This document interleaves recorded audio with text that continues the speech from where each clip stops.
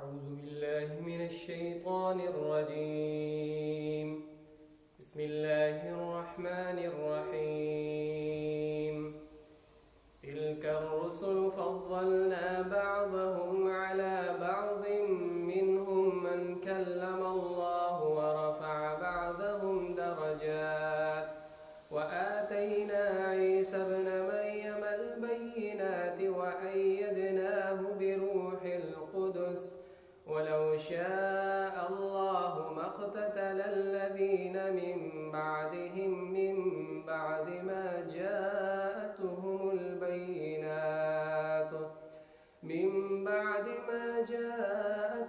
البينات ولكن اختلفوا فمنهم من آمن ومنهم من كفر ولو شاء الله ما اقتتلوا ولكن الله يفعل ما يريد. صدق الله العظيم. اللهم صل على محمد وعلى آل محمد كما صليت على إبراهيم وعلى آل إبراهيم إنك حميد مجيد. اللهم بارك على محمد وعلى آل محمد كما باركت على إبراهيم وعلى آل إبراهيم إنك حميد مجيد. رب اشرح لي صدري ويسر لي أمري واحلل عقدة من لساني يفقهوا قولي. محترم سامعین کرام، جیسا کہ آپ حضرات کے علم میں ہے کہ ہم نے اس ماہ مبارک میں روزانہ کی بنیاد پر خلاصہ قرآن مجید کا ایک سلسلہ شروع کیا ہے، اور آج اسی سلسلے کے حوالے سے تیسرے پارے کا خلاصہ پیش ہوگا۔ سامعین کرام، سورۃ البقرہ جاری ہے اور تیسرے پارے کا آغاز بھی سورۃ البقرہ سے ہوتا ہے۔ اس سورۃ مبارکہ میں اللہ رب العالمین نے اس بات کا ذکر کیا کہ بعض رسولوں کو بعض پر فضیلت حاصل ہے، ان کی خصوصیات اور ان کے امتیازات کی بنا پر بھی۔ کسی کو جوامع الکلم عطا کیا گیا، یعنی کسی کے ساتھ اللہ رب العزت نے کلام کیا، کسی کو بعضی معجزات عطا کیے گئے، کسی کو سیاسی قیادت عطا کی گئی، سیادت عطا کی گئی، کسی کو بادشاہت دی گئی۔ لیکن ہم یہ بات جانتے ہیں کہ تمام انبیاء میں ہمارے نبی مہربان محمد رسول اللہ صلی اللہ علیہ وسلم کو فضیلت حاصل ہے۔ اسی طرح آپ صلی اللہ علیہ وسلم کی امت کو بھی تمام انبیاء کی امتوں پر فضیلت حاصل ہے۔ تو یہاں پر اس بات کا ذکر کیا گیا کہ رسولوں کو ان کے مرتبے کے باوجود، ان علم اور مرتبے کے باوجود دوسرے پر فضیلت کیوں حاصل ہے؟ اگلی آیت میں نبی کریم صلی اللہ علیہ وسلم نے اس آیت کے بارے میں ارشاد فرمایا۔ حضرت ابو ہریرہ رضی اللہ تعالیٰ عنہ مروی ہیں، کہتے ہیں کہ نبی کریم صلی اللہ علیہ وسلم نے ارشاد فرمایا کہ قرآن مجید کی صورتوں میں سے ایک سورۃ البقرہ میں سب سے اعلیٰ اور افضل ایک آیت ہے، اور وہ آیت الکرسی ہے۔ آیت الکرسی میں اللہ رب العالمین کی وحدانیت کو بیان کیا گیا ہے، اور جو کوئی بھی اس سورت کی تلاوت کرتا ہے وہ شیاطین کے حملوں سے محفوظ ہو جاتا ہے۔ اس پارے میں اللہ رب العالمین نے بہت سے اہم واقعات بیان کیے ہیں، اور ایک واقعہ حضرت ابراہیم علیہ السلام کا نمرود کے دربار میں جا کر اس کے ساتھ اللہ کی توحید کے بارے میں مناظرہ کرنا بھی ہے، کہ ابراہیم علیہ السلام نمرود کے دربار میں جا کر اللہ کی تبلیغ کرتے ہیں اور کہتے ہیں اذ قال ابراہیم ربی الذی یحیی و یمیت۔ ابراہیم علیہ السلام نمرود کو کہتا ہے کہ میرا پروردگار زندہ کرتا ہے اور مارتا بھی ہے۔ تو نمرود اس کے جواب میں کہتا ہے کہ میں بھی زندہ کر سکتا ہوں اور مار سکتا ہوں، اور پھر اس ظالم نے ایک قیدی کو آزاد کر دیا اور ایک بے گناہ کو موت کے گھاٹ اتار دیا۔ ابراہیم علیہ السلام اس کے اس مکر کو دیکھتے ہوئے کہتے ہیں فَإِنَّ اللَّهَ يَأْتِي بِالشَّمْسِ مِنَ الْمَشْرِقِ کہ بس میرا اللہ سورج کو مشرق سے لاتا ہے، فَأْتِ بِهَا مِنَ الْمَغْرِبِ تو اس کو مغرب سے لا، فَبُهِتَ الَّذِي كَفَرَ ابراہیم علیہ السلام کی یہ بات سن کر نمرود کے ہونٹوں پر چپ کی مہر لگ گئی، اس لیے کہ وہ یہ جانتا تھا کہ یہ کام اس سے نہیں ہو سکتا، کیونکہ اس کائنات کو چلانے والا ایک رب العالمین ہے۔ اگلے احکام میں زندگی بعد الموت کا ذکر کیا گیا ہے۔ حضرت عزیر علیہ السلام کا ذکر کیا گیا کہ حضرت عزیر علیہ السلام ایک بستی سے گزرے جو کہ تباہ و برباد ہو چکی تھی، اس کے رہائشی ہلاک ہو چکے تھے، تو آپ نے اس پر حیرت کا اظہار کیا کہ کیا یہ لوگ دوبارہ زندہ ہو سکتے ہیں؟ تو اللہ رب العزت نے ان کو موت دے دی اور پھر اٹھایا تو فرمایا کہ کتنے دن تم سوئے رہے؟ فرمایا دن یا دن کا کچھ حصہ، فرمایا کہ تم 100 سال زندہ رہے اور دیکھو اپنے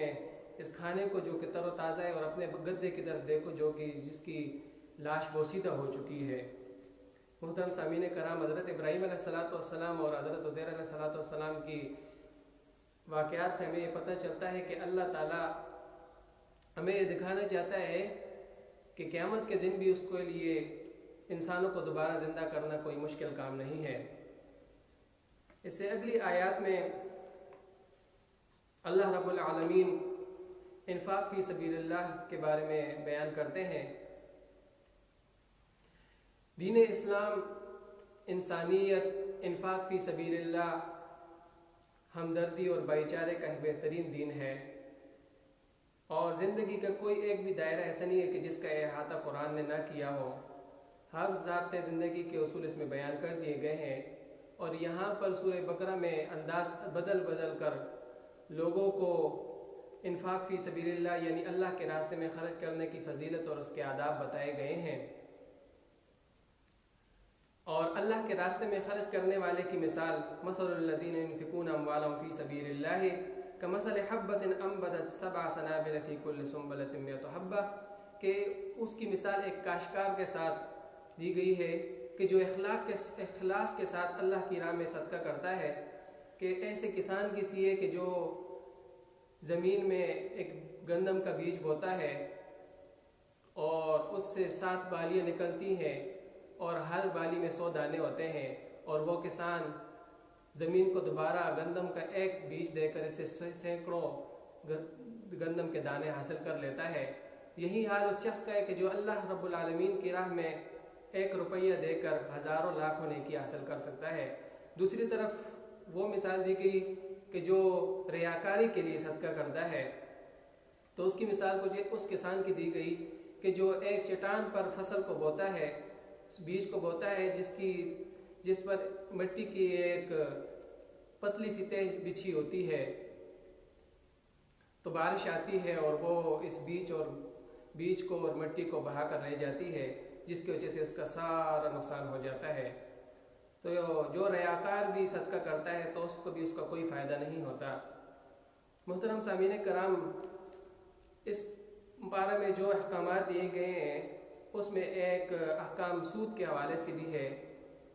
اور قرآن میں اس کے بارے میں اللہ رب العالمین نے ارشاد فرمایا الذین یأکلون الربا لا یقومون الا کما یقوم الذی یتخبطہ الشیطان من المس، کہ جو لوگ سود کھاتے ہیں وہ ان کی مثال ایسی ہے کہ جس کو جنات یا شیاطین میں سے کوئی چمٹ جاتا ہے اور وہ اس سے دیوانہ ہو جاتا ہے۔ تو اللہ رب العالمین اس کے بارے میں ارشاد فرماتے ہیں کہ ایمان والو اللہ سے ڈرو، اور لوگوں پر تمہارا جو سود باقی رہ گیا ہے اگر تم باقی مومن ہو تو اسے چھوڑ دو، اگر تم نے ایسا نہ کیا تو یہ تمہارا اللہ اور اللہ کے رسول کے خلاف اعلان جنگ ہے۔ پھر آگے کی آیت میں فرمایا کہ یمحق اللہ الربا ویربی الصدقات، کہ اللہ تعالیٰ سود کو مٹاتا ہے اور صدقے کو بڑھاتا ہے۔ یہاں یہ امر قابل غور ہے کہ قرآن نے صدقہ کے آداب و فضائل بیان کرنے کے بعد سود کی تباہکاری اور نقصانات بھی بیان کیے ہیں، کیونکہ صدقے سے ایک تعاون پھیلتا ہے، ہمدردی پھیلتی ہے، جبکہ سود سے بخل اور خود غرضی پھیلتی ہے، اس میں یہ چیزیں پوشیدہ ہوتی ہیں۔ سامعین کرام، اگلی آیات میں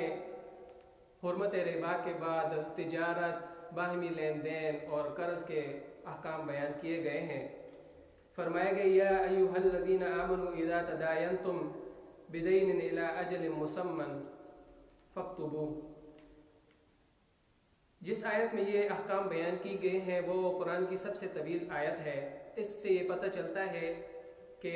اللہ تعالیٰ کے یہاں باہمی معاملات اور تجارت کی کس قدر اہمیت ہے۔ تو یہاں پر جتنے احکام دیے گئے ہیں، کچھ احکام مندرجہ ذیل ہیں کہ جو آدمی بھی قرض کا معاملہ کرے اس کو چاہیے کہ ایک تحریری معاہدہ کرنا چاہیے، ایک تحریری دستاویز تیار کر لینی چاہیے، اور جب قرض کا معاملہ کیا جائے تو اس کی ایک مدت مقرر کی جائے، اور مدت بھی ایسی مقرر کی جائے جس میں کوئی شک و شبہ نہ ہو۔ اور دوران سفر یعنی سفر کے دوران اگر معاہدے کی تیاری ممکن نہ ہو تو رہن کسی چیز کو رہن رکھ کر بھی قرض لیا جا سکتا ہے۔ ہاں، ہاتھوں ہاتھ جو تجارت ہوتی ہے اس میں کسی قسم کی تحریری معاہدے کی ضرورت نہیں ہوتی۔ آخر میں اس صورت کا اختتام ایک جامع ترین دعا پر کیا گیا۔ اس سے پہلے فرمایا گیا لا یکلف اللہ نفسا الا وسعها، کہ چونکہ سورہ بقرہ میں نماز، روزہ، حج، زکوٰۃ، عدت، طلاق، رضاعت وغیرہ کے مسائل بیان کی گئے ہیں، تو اللہ تعالیٰ نے یہ کہا ہے کہ اللہ رب العزت کسی انسان پر اس کی طاقت سے زیادہ بوجھ نہیں ڈالتا۔ پھر اس صورت کی اختتام پر اللہ رب العالمین نے ایک دعا ہمیں سکھائی کہ اے اللہ ان احکام کو بجا لانے میں ہم سے اگر کوئی غلطی ہو جائے تو اس پر ہماری پکڑ نہ کرنا، ہمیں معاف کر دینا۔ سامعین کرام، سورۃ البقرہ کے اختتام کے بعد سورۃ آل عمران کا آغاز ہوتا ہے۔ سورہ آل عمران کے بارے میں نبی کریم صلی اللہ علیہ وسلم نے ارشاد فرمایا کہ یہ سورہ بقرہ اور سورہ آل عمران دو روشن صورتیں ہیں، یہ سورہ بقرہ اور سورہ آل عمران کو پڑھا کرو۔ اور اس صورت مبارکہ میں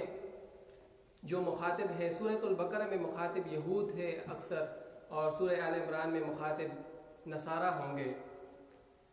تو یہاں پر اللہ رب العالمین نے ارشاد فرمایا کہ هو الذی یصورکم فی الارحام کیف یشاء، کہ وہی اللہ ہے کہ جو رحم مادر میں انسان کو تخلیق کرتا ہے، اس کی حسین شکل و صورت بناتا ہے، اور کون ہے کہ جو ایسی صورت بنا دے۔ پھر آگے فرمایا کہ هو الذی انزل علیک الکتاب منہ آیات محکمات ہن ام الکتاب واخر متشابہات۔ اس صورت کی کچھ آیات اس وقت نازل ہوئی کہ جب نجران کے عیسائیوں کا ایک وفد نبی کریم صلی اللہ علیہ وسلم کی خدمت میں حاضر ہوتا ہے۔ یہ وفد 60 افراد پر مشتمل ہوتا ہے، اور یہ حضرت عیسیٰ علیہ السلام کے بارے میں نبی کریم صلی اللہ علیہ وسلم سے مباحثہ کے لیے تشریف لاتے ہیں۔ تو یہ حضرت عیسیٰ علیہ السلام کے بارے میں قرآن میں جو ان کو کلمۃ اللہ اور روح اللہ قرار دیا گیا اس کے بارے میں بحث کرتے ہیں، تو اللہ رب العالمین اس کے جواب میں ارشاد فرماتے ہیں کہ قرآن مجید کی آیات دو قسم کی ہوتی ہیں، ایک آیات محکم ہوتی ہیں اور ایک متشابہات آیات ہوتی ہیں، اور محکم آیات تو واضح آیات ہیں، اصل آیات ہیں، جبکہ متشابہات کا علم صرف اور صرف اللہ رب العالمین کے پاس ہے، اور جو لوگ جن کے دلوں میں مرض ہے وہ متشابہات کی تعویلات کے پیچھے بھاگتے ہیں۔ تو جو اہل ایمان ہے وہ صرف اور صرف اللہ رب العالمین پر بھروسہ کرتے ہیں، اور جو کچھ اللہ رب العالمین نے ان کو اس قرآن میں بتا دیا وہ اسی کی پیروی کرتے ہیں۔ محترم سامعین کرام، اس صورت مبارکہ میں حضرت عیسیٰ علیہ السلام کی پیدائش کا ذکر کیا گیا، اور چونکہ یہ صورت آل عمران کے نام پر رکھی گئی تو اس میں آل عمران کے خاندان کا قصہ بھی بیان کیا گیا۔ فرمایا گیا ان اللہ اصطفیٰ آدم و نوح و آل ابراہیم و آل عمران علی العالمین، کہ بے شک اللہ تعالیٰ نے آدم اور نوح، آل ابراہیم اور آل عمران کے خاندان کو فضیلت دی، اور پھر فرمایا کہ اذ قالت امرأۃ عمران ربی انی نذرت لک ما فی بطنی، عمران کی بیوی نے یہ منت مانی کہ اللہ رب العالمین نے اس کو اولاد دی تو وہ اپنے بچوں کو اللہ رب العالمین کے راستے میں وقف کر دے گی۔ تو اللہ رب العالمین نے اس کو اولاد دی، لیکن بچے کی نہیں، بچی کی صورت میں اولاد دی، لیکن انہوں نے پھر بھی اپنی منت کو پورا کیا، اور اس بچی کا نام مریم رکھ کر حضرت زکریا علیہ السلام کی کفالت میں دیا۔ حضرت مریم علیہ السلام کی پرورش ہوتی ہے۔ حضرت مریم علیہ السلام اللہ رب العالمین کی عبادت کرتی ہے ایک محراب کے اندر، تو آگے فرمایا کہ کلما دخل علیہا زکریا المحراب، حضرت مریم علیہ السلام ایک مرتبہ عبادت میں مصروف ہوتی ہے اور زکریا علیہ السلام اس محراب میں داخل ہوتے ہیں تو دیکھتے ہیں کہ اس کے پاس رزق اس کے پاس موجود پاتے ہیں، تو فرماتے ہیں کہ یہ رزق کہاں سے آیا؟ تو مریم علیہ مریم کہتی ہے قالت هو من عند اللہ، کہ یہ اللہ کی طرف سے آیا ہے، ان اللہ یرزق من یشاء بغیر حساب، اور اللہ ہی ہے کہ جو بغیر حساب کے رزق دیتا ہے۔ یہ حالات دیکھ کر زکریا علیہ السلام کی جو کہ بے اولاد تھے اور ان کی بیوی بانجھ تھی، وہ ان کے دل میں بھی یہ امید پیدا ہوتی ہے کہ اگر اللہ رب العزت مریم کو بے موسم کے پھل عنایت کر سکتا ہے تو مجھے کیوں اولاد نہیں دے سکتا؟ تو وہ اللہ رب العالمین سے گری وزاری کرتے ہیں کہ قال رب هب لي من لدنك ذرية طيبة انك سميع الدعاء، کہ اے پروردگار مجھے نیک اور صالح عطا فرما، بے شک تو دعا کو سننے والا ہے۔ تو حضرت زکریا علیہ السلام ایک مرتبہ عبادت میں مصروف ہوتے ہیں کہ ایک فرشتہ اس کو پکار کر کہتا ہے کہ ان اللہ یبشرک بیحیی مصدقا بکلمۃ من اللہ وسیدا وحصورا ونبی من الصالحین، کہ اے زکریا تمہیں بشارت ہو یحییٰ کی صورت میں ایک نیک پارسا اور سردار بیٹے کی آپ کو بشارت ہو۔ پھر زکریا علیہ السلام اللہ تعالیٰ کی طرف سے یہ بشارت سن کر مسلسل 3 دن خلوت میں رہ کر اللہ رب العالمین کی حمد و ثنا اور تسبیح کو بیان کرتے ہیں۔ اس کے بعد حضرت عیسیٰ علیہ السلام کی پیدائش کا واقعہ آتا ہے کہ حضرت عیسیٰ علیہ السلام جو کہ ایک بغیر باپ کے اللہ رب العالمین نے ان کو پیدا کیا، تو یہاں پر اس کے بارے میں ارشاد ہوا کہ اللہ رب العالمین اس پر قادر ہے کہ جس طرح اس نے آدم کو بغیر ماں باپ کے پیدا کیا تو وہ عیسیٰ علیہ السلام کو بھی بغیر باپ کے پیدا کر سکتا ہے۔ تو مریم کو یہ بشارت دی گئی کہ آپ کو ایک بیٹے کی خوشخبری قبول ہو۔ تو یہاں پر محترم سامعین کرام، یہاں پر عیسیٰ حضرت مریم کے ہاں سیدنا عیسیٰ کی معجزاتی ولادت کا ذکر کیا گیا ہے، اور سید مریم کا دل اس بات کو قبول نہیں کر رہا تھا، لیکن اللہ تعالیٰ نے ان کو بن شوہر کے ایک بیٹا عطا کیا جو کہ اللہ کے حکم سے کوڑ اور برس کے مریضوں پر جب ہاتھ پھیرتا تو وہ شفا یاب ہو جاتے۔ اس کے علاوہ حضرت عیسیٰ علیہ السلام کو بہت سارے معجزات عطا کیے گئے۔ وہ لوگوں کو، بنی اسرائیل کے لوگوں کو اس بات کی بھی خبر دیتے کہ کس کے گھر میں کتنا کھانا بچا ہوا ہے اور کتنا کھا لیا گیا ہے۔ یہ عیسیٰ علیہ السلام کو ایک واضح معجزات عطا کیے گئے۔ پھر آخر کے آیات میں اللہ رب العالمین نے نبی کریم صلی اللہ علیہ وسلم کا مقام اور مرتبہ بیان کیا کہ اللہ رب العزت نے عالم ارواح میں تمام انبیاء کی روحوں سے اس بات کا عہد لیا کہ اگر ان کی زندگی میں نبی کریم صلی اللہ علیہ وسلم کی بعثت ہوئی تو وہ اور ان کے امتی ان پر ایمان لائیں گے۔ محترم سامعین کرام، پھر آخر میں اللہ رب العالمین ارشاد فرماتے ہیں ان الذین کفروا وماتوا وهم کفار اولئک علیہم لعنۃ اللہ والملائکۃ والناس اجمعین، کہ بے شک وہ لوگ جنہوں نے کفر کیا اور وہ اس حال میں مر گئے تو وہ اگر زمین کے برابر بھی قیامت کے دن سونا لے آئیں تو ان کی بخشش نہیں کی جائے گی۔ اللہ تعالیٰ سے دعا ہے کہ اللہ تعالیٰ ہمیں یہاں اس بارے میں جتنے بھی مسائل اور احکام بیان کیے گئے ہیں اس پر عمل کرنے کی کما حق کو توفیق عطا فرمائے۔ وآخر دعوانا الحمدللہ رب العالمین۔ اللہم صلی علی سیدنا و مولانا محمد مبارک وسلم وصلی علیہ۔